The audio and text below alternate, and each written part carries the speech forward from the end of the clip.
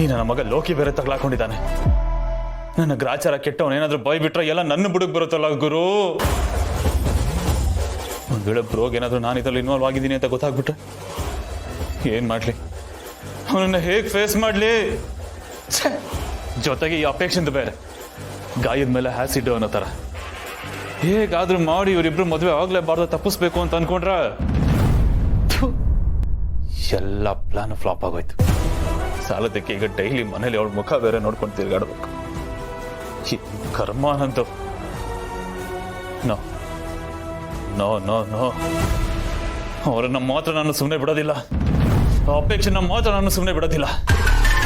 ಏನಾದ್ರೂ ಮಾಡಲೇಬೇಕು, ಇಲ್ಲ ಅಂದ್ರೆ ನಾನು ಸೋತೋದೆ ಅಂತಾನೆ ಅರ್ಥ. ನೋ ಜೇಡಿ, ಸೋಲ್ಬಾರ್ದು ನೀನು. ಸೋಲೋದಿಲ್ಲ.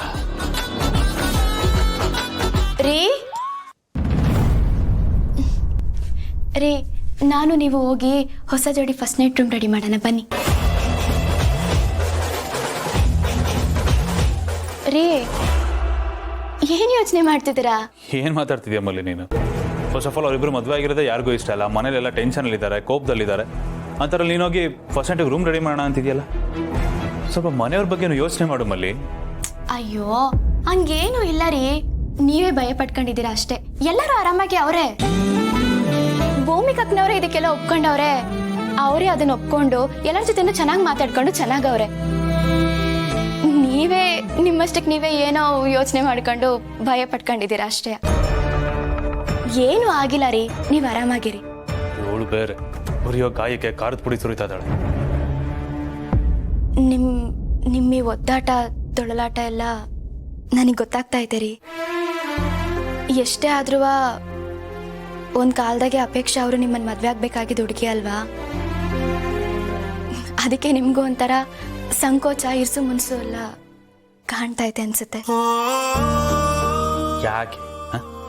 ನಾನು ಕೂಲ್ ಆಗಿದ್ದೀನಿ, ಐ ಆಮ್ ಆಲ್ ರೈಟ್. ನನಗೆ ಅದೆಲ್ಲ ನೆನಪೇ ಇಲ್ಲ. ನೀನು ಯಾಕೆ ಸುಮ್ಮನೆ ಅದ್ರ ಬಗ್ಗೆ ಮಾತಾಡ್ತಿದ್ಯಾ? ಮಲ್ಲಿ, ನಾನೀಗ ನಿನ್ನನ್ನು ಮದುವೆ ಆಗಿದೆ ನೋಡಿಲಿ, ಇಲ್ಲಿ ನೋಡು. ನೀನಂತ ಮುತ್ತಿನಂತ ಹೆಂಡತಿ ಇರ್ಬೇಕಾದ್ರೆ ನನಗೆ ಬೇರೆ ಏನ್ ಬೇಕು ಮಲ್ಲಿ? ನನಗೇನು ಬೇಕಾಗಿಲ್ಲ ಮಲ್ಲಿ.